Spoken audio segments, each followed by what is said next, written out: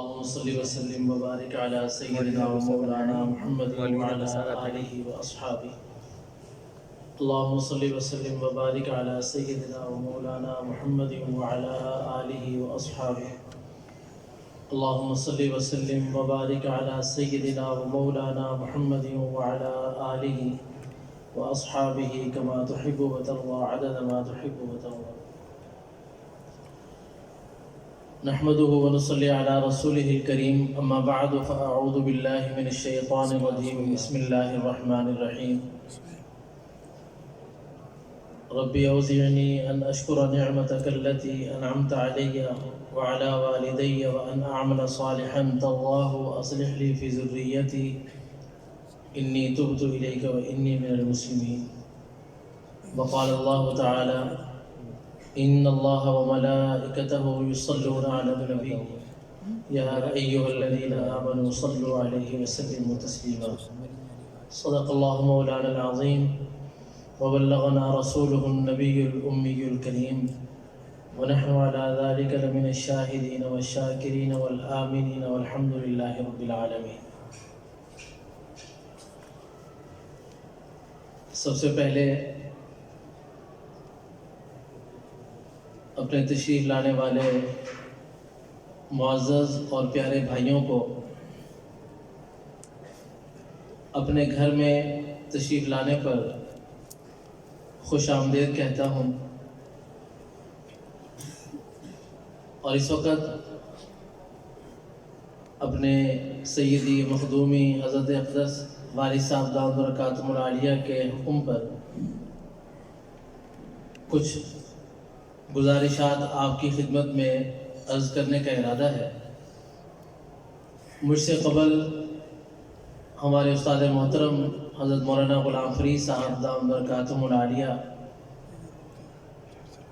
بہت اچھے انداز سے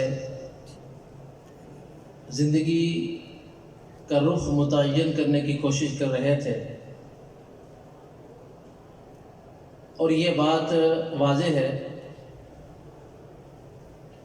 کہ مسلمان دنیا کا جس طبقے کا ہو، جس قوم کا ہو اور جس رنگ کا ہو اور جس زمانے کا ہو،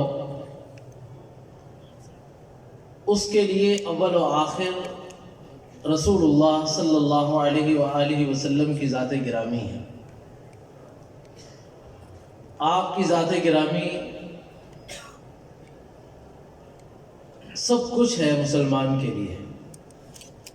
آپ کی ذات گرامی کو اگر بیچ سے نکال دیا جائے تو کوئی مسلمان، کوئی دنیا کا مومن، وہ کتنی ہی بڑی بڑی عبادتیں کرنے والا ہو، لاکھوں کروڑوں نفل پڑھنے والا ہو، اربوں خربوں خیرات کرنے والا ہو، بے شمار روزے رکھنے والا ہو، بے شمار قرآن کی تلاوت کرنے والا ہو، جب تک رسول اللہ صلی اللہ علیہ وآلہ وسلم کے دامن عالی سے وابستہ نہیں ہوگا اس وقت تک اس کو کچھ بھی حاصل نہیں ہوگا. نماز اپنی ذات میں سب کچھ ہے، بہت کچھ ہے. روزہ اپنی ذات میں بہت کچھ ہے. ہر چیز، ہر عبادت اپنی ذات میں بہت کچھ ہے. لیکن جب تک اس عبادت کی نسبت اور اس عبادت کا طریقہ رسول اللہ صلی اللہ تعالیٰ علیہ وآلہ وسلم کی ذات عالی سے منسوب نہیں ہوگا اس وقت تک حق تعالیٰ کو ہماری نمازوں کی کوئی ضرورت نہیں، حق تعالیٰ کو ہمارے روزوں کی کوئی ضرورت نہیں، حق تعالیٰ کو ہمارے حج کی اور ہمارے صدقہ و خیرات کی کوئی ضرورت نہیں. ہاں، ایک آدمی صرف فرائض کا پابند ہے اور مختصر سا اپنی عبادت کی زندگی رکھتا ہے، لیکن وہ حضور اکرم صلی اللہ علیہ وآلہ وسلم کی ذات کی طرف منسوب ہے. اللہ تعالیٰ کے ہاں نجات کے لیے کافی. میں اپنے دوستوں سے یہ بات عرض کیا کرتا ہوں کہ حق تعالیٰ اگر کسی انسان کو زندگی دے اور اتنی طویل زندگی دے، 1 ارب سال کی زندگی کسی انسان کو دیں اور وہ اس زندگی میں ہر روز 1 ارب بار لا الہ الا اللہ کا ورد کرے لیکن محمد رسول اللہ کو ساتھ نہ لے کر آئے، حق تعالیٰ کے ہاں اس کلمے کی کوئی قیمت نہیں. لیکن اگر پوری زندگی میں ایک بار لا الہ الا اللہ کے ساتھ محمد رسول اللہ لے آئے، حق تعالیٰ کے ہاں ایک بار کہنا نجات کے لیے کافی ہے۔ بخاری شریف کی روایت میں ہے کہ قتال کے دوران ایک صحابی آئے، بعد میں صحابی بن گئے اس لیے میں نے صحابی کہہ دیا، یوں کہنا چاہیے کہ ایک آدمی آئے، کفار کے لشکر میں لڑ رہے تھے۔ روایات میں آتا ہے کہ رسول اللہ صلی اللہ علیہ وآلہ وسلم کے چہرے مبارکہ پر نظر پڑ گئی۔ نظر پڑتے ہی ان کے دل میں یہ آیا کہ یہ کسی جھوٹے کا چہرہ نہیں۔ لشکر سے نکلے، صحابہ یہ سمجھے کہ حضور علیہ السلام پر حملہ کرنے کے لیے آ رہے ہیں، آپ نے فرمایا کہ راستہ چھوڑ دو۔ قریب آئے، عرض کرنے لگے کہ میں آپ کی طرف سے لڑائی کروں یا پہلے اسلام قبول کروں؟ آپ نے فرمایا کہ پہلے اسلام قبول کرو پھر میری طرف سے لڑو۔ اسلام قبول کیا اور فوراً میدان میں گئے اور حضور علیہ السلام کی نظر میں دیکھتے دیکھتے شہید ہو گئے۔ آپ نے فرمایا کہ دیکھو، اگر کچھ لمحے پہلے مر جاتا تو جہنم میں جاتا، آج ایک لمحے کے بعد مر رہا ہے، میں دیکھ رہا ہوں کہ جنت کے نہروں میں غوطہ زنی کر رہا ہے۔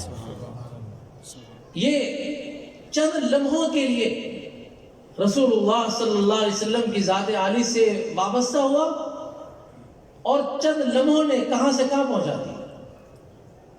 صحابہ کرام رضوان اللہ علیہم اجمعین کو حق تعالیٰ نے جو بڑے بڑے مقامات عطا فرمائے، 750 کے قریب قرآن پاک کی آیات حضرات صحابہ کے متعلق ہیں، ان کو یہ سارا کا سارا رتبہ، سارا کا سارا درجہ اور یہ سارے کے سارے انعامات صرف حضور اکرم صلی اللہ علیہ وآلہ وسلم کی ذات عالی سے وابستہ ہونے کی وجہ سے ملے۔ ورنہ اگر دیکھا جائے، ممکن ہے کہ صحابہ کے بعد کوئی ایسا آدمی آ جائے کہ جس کی صحابہ سے زیادہ عبادت ہو، لیکن صحابہ کے درجے تک کوئی نہیں پہنچ سکتا۔ کیوں؟ اس لیے کہ وہ صحابہ اکرام رضوان اللہ علیہم اجمعین کا طبقہ رسول اللہ صلی اللہ علیہ وآلہ وسلم کے دامن عالی سے وابستہ ہو گیا۔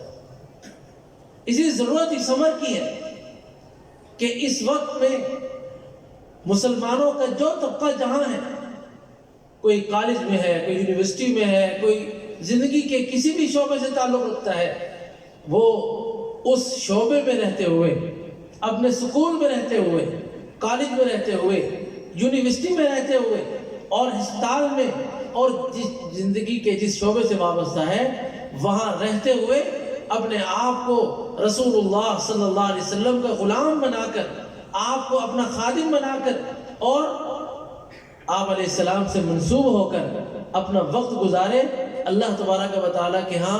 یہ جو شعبے جن کو لوگ دنیا کے شعبے سمجھتے ہیں، یہ شعبے پھر دنیا کے نہیں رہیں گے، اللہ تعالیٰ آپ کی زندگی کو دین کی زندگی بنا کر توڑ لیں گے قیامت کے دن۔ میں نے عرض یہ کیا تھا کہ صحابہ کرام رضوان اللہ علیہم اجمعین کو حضور اکرم علیہ السلام کے ساتھ جو محبت تھی، اس محبت کی گواہی آپ کے شدید دشمنوں نے کی۔ حدیبیہ کے موقع پر جب مذاکرات کار صلح کے لیے مذاکرات کرنے کے لیے آ رہے تھے، تو عروہ بن مسعود بھی مذاکرات کرنے کے لیے آئے، اور عروہ بن مسعود وہ آدمی ہیں کہ جن کو عرب اپنا باپ کہا کرتے تھے، اپنا والد کہتے تھے، اور ان کی بات کو حرف آخر سمجھتے تھے۔ حضور اکرم صلی اللہ علیہ وسلم کی خدمت میں حاضر ہوئے، آپ سے آ کر کوئی بات چیت کی، تو واپس آئے حرم میں۔ یہاں کفار کا جمگٹا لگا ہوا تھا، بڑے بڑے رؤسائے قریش اور مشرکین بیٹھے تھے۔ کہا کہ اگر تم کہو تو میں تم سے ایک بات کروں؟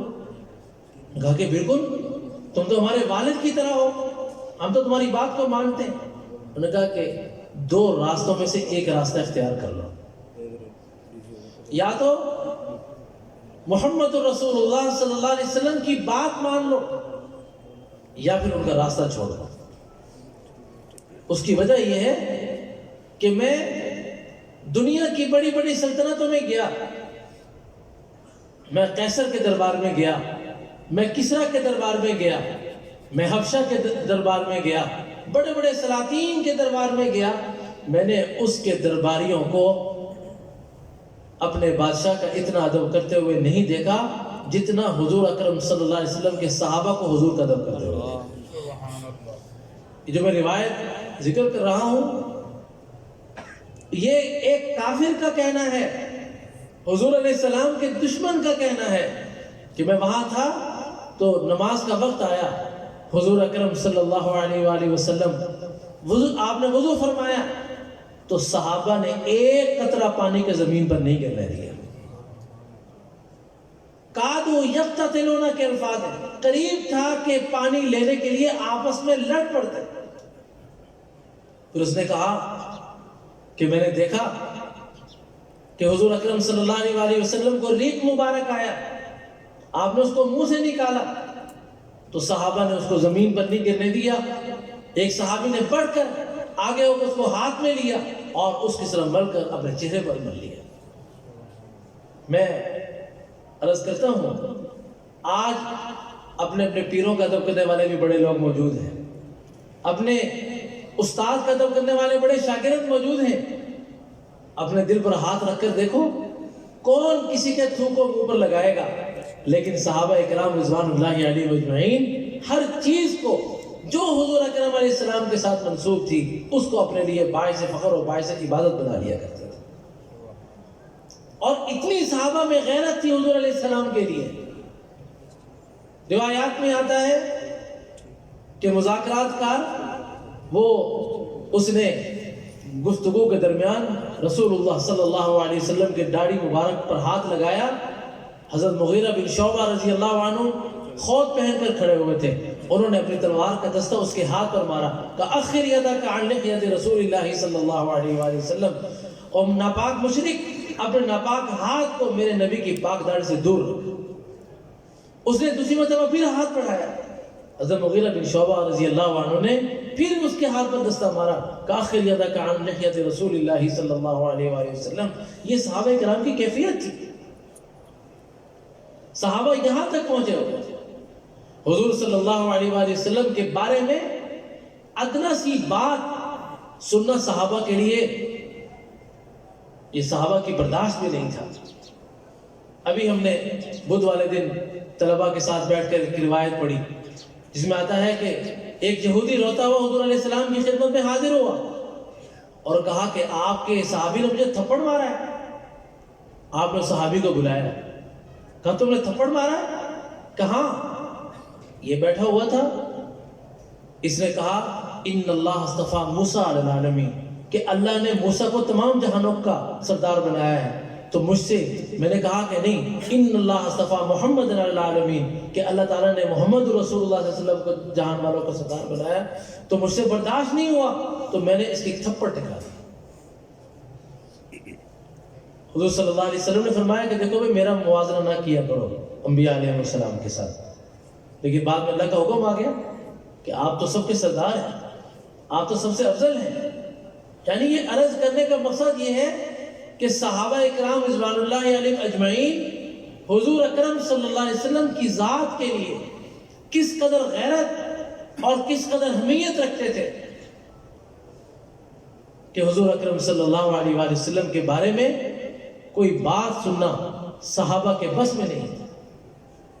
یہی وجہ تھی کہ صحابہ اکرام رضوان اللہ علیہم اجمعین کا طبقہ اللہ تبارک و تعالیٰ نے ان کو یہ سرٹیفکیٹ دے دیا کہ اگر تم صحابہ جیسا ایمان لاؤ گے تو میرے یہاں معتبر ہے، اگر صحابہ جیسا ایمان نہیں ہوگا تو میرے یہاں معتبر نہیں ہے۔ فَإِنْ آمَنُوا بِمِثْلِ مَا آمَنْتُمْ بِهِ فَقَدِ اهْتَدَوْا وَإِنْ تَوَلَّوْا فَإِنَّمَا هُمْ فِي شِقَاقٍ۔ صحابہ اکرام کی زندگی اس لیے اللہ نے نمونہ بنائی کہ صحابہ اکرام نے حضور صلی اللہ علیہ وآلہ وسلم کو دیکھ دیکھ کر اپنے اعمال کو، اپنے اخلاق کو، اپنے کردار کو، اپنی زندگی کو، اپنے صبح و شام کو، اپنے دن و رات کو اور اپنی نمازوں کو حضور اکرم صلی اللہ علیہ وآلہ وسلم کے مطابق کر لیا۔ صحابہ اکرام تو دن رات کی چیزیں دیکھتے تھے۔ کل ہمارے ہاں معجزات کا باب گزرا بخاری شریف میں، تو صحابہ اکرام رضوان اللہ علیہم اجمعین وہ دن رات حضور کریم صلی اللہ علیہ وآلہ وسلم کے معجزات دیکھ کر اپنا ایمان بڑھاتے رہتے تھے.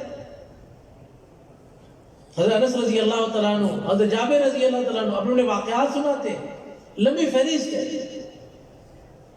حضرت جابر رضی اللہ تعالیٰ عنہ فرماتے ہیں کہ حدیبیہ کے موقع پر جہاں ہم نے پڑاؤ کیا وہاں ایک کنواں تھا، وہاں سے اس کے اندر سے ہم نے پانی نکال لی. لم نترک فیہا قطرۃ، ایک قطرہ بھی ہم نے بیچ میں نہیں چھوڑا، سارا پانی نکال لیا. اب پانی نہیں ہے، آٹا گوندنے کے لیے پانی نہیں، پینے کے لیے پانی نہیں، وضو کے لیے پانی نہیں، جانوروں کے لیے پانی نہیں. یہ صحابہ کرام حضور علیہ السلام کی خدمت میں حاضر ہو گئے. آپ نے فرمایا کچھ تھوڑا سا پانی تمہارے پاس ہو تو وہ لے کر آؤ میرے پاس. وہ ایک برتن میں پانی لے کر آئے. حضور صلی اللہ علیہ وسلم اس خشک کنویں کے منڈیر پر جا کے بیٹھے. آپ نے ایک کلی کی اور اس کلی کا پانی اس کنویں میں ڈال دیا. صحابہ فرماتے ہیں کہ ہمارے دیکھتے ہی دیکھتے خشک کنویں میں پانی آیا اور اس کے منڈیر تک آ گیا. ہم نے پیاس بھی بجھائی، ہم نے جانوروں کو بھی پلایا، ہم نے وضو بھی کیا، ہم نے برتن بھی بھرے. تو ان کے شاگرد تھا، اس نے کہا، سالم ان کے شاگرد ہے، سالم نے کہا کتنے تھے تم؟ کم کنتم یومئذ، کتنے تھے تم اس دن؟ کہا کہ اگر ہم اس دن 1,00,000 بھی ہوتے تو پانی کافی ہو جاتا، لیکن ہم 1,500 کے قریب تھے. اور حضرت انس فرماتے ہیں ایک لشکر میں پانی کم ہو گیا، حضور علیہ السلام کی خدمت ایک برتن لایا گیا. آپ نے اس برتن میں اپنی انگلیاں رکھی اور برتن اتنا تنگ تھا کہ آپ اپنا ہاتھ مبارک اس میں رکھ کر اس کی انگلیاں نہیں کھول سکتے تھے، اتنا تنگ برتن تھا. اس میں جب حضور صلی اللہ علیہ وسلم نے ہاتھ ڈالا، فرمایا کہ میں نے دیکھا کہ حضور اکرم صلی اللہ علیہ وآلہ وسلم کی انگلیوں سے چشمے بہ رہے تھے. اور 300 کے قریب لوگوں نے اس پانی سے وضو کیا. یہ صحابہ دن رات یہ نظارے دیکھ رہے تھے. اب آپ کو ایک میں روایت سنانا چاہتا ہوں، یہ تمام چیزیں دکھانے کے بعد. مشکات شریف کی روایت ہے کہ حضور اکرم صلی اللہ علیہ وآلہ وسلم نے فرمایا ایک وقت آئے گا، میری امت کا ایک طبقہ ہوگا، اس وقت دین پر عمل کرنا بہت مشکل ہوگا. اس وقت اگر تم میں سے اس وقت امت کے اس طبقے میں اگر کوئی آدمی ایک عمل کرے گا تو اس کو اجر 50 منکم، تمہارے 50 عملوں کے برابر اس کو ثواب ملے گا. صحابہ کرام نے کہا اجر 50 منا یا رسول اللہ، ہم میں سے 50؟ ہم نے آپ کو دیکھا، آپ کے ساتھ جہاد کیا، آپ کے ساتھ ہم نے لڑائیاں لڑی ہیں، ہم نے آپ کو دیکھ کر ایمان قبول کیا ہے. آپ نے فرمایا تم نے مجھے دیکھا، تم نے وحی کو اترتے ہوئے دیکھا، تم نے معجزات کو دیکھا، پھر تم ایمان لائے. اور وہ لوگ وہ ہوں گے نہ انہوں نے مجھے دیکھا، نہ انہوں نے قرآن اترتے ہوئے دیکھا، نہ انہوں نے وحی اترتے ہوئے دیکھی، نہ انہوں نے میرے معجزات دیکھے، تب بھی انہوں نے مجھے مان لیا، قرآن کو مانا، مجھے مانا اور میرے ساتھ محبت کی. تو اجر 50 منکم، تمہارے 50 عملوں کے برابر ان کو اللہ تبارک و تعالیٰ اجر عطا فرمائے. ایک روایت یہ وہ دور چل رہا ہے. اس لیے میں اکثر عرض کیا کرتا ہوں کہ مایوسی کی ضرورت نہیں ہے. حضور صلی اللہ علیہ وسلم نے فرمایا توبہ، خوشخبری ہے اس آدمی کے لیے کہ جس نے مجھے دیکھا اور میرے اوپر ایمان لایا. اور 3 بار خوشخبری ہے اس کے لیے جس نے مجھے نہیں دیکھا لیکن میرے اوپر ایمان لایا. یہ وہ دور چل رہا ہے. چونکہ وقت اب کم ہے، میں نے جو تمہید باندھی ساری کی ساری وہ یہ کہ ہمارا تعلق رسول کریم صلی اللہ علیہ وآلہ وسلم کی ذات سے مضبوط ہو جائے. اس کے لیے کیا کرنا چاہیے؟ اس کے لیے وہ چیز جو رسول اللہ صلی اللہ علیہ وآلہ وسلم کے اندر سے نکل کر آج ہمارے درمیان موجود ہے، یعنی قرآن پاک، اور وہ چیز جس کا حکم اللہ تبارک و تعالیٰ نے امت کو دیا، یعنی درود پاک. جو آدمی ان 2 چیزوں کا اہتمام کرے گا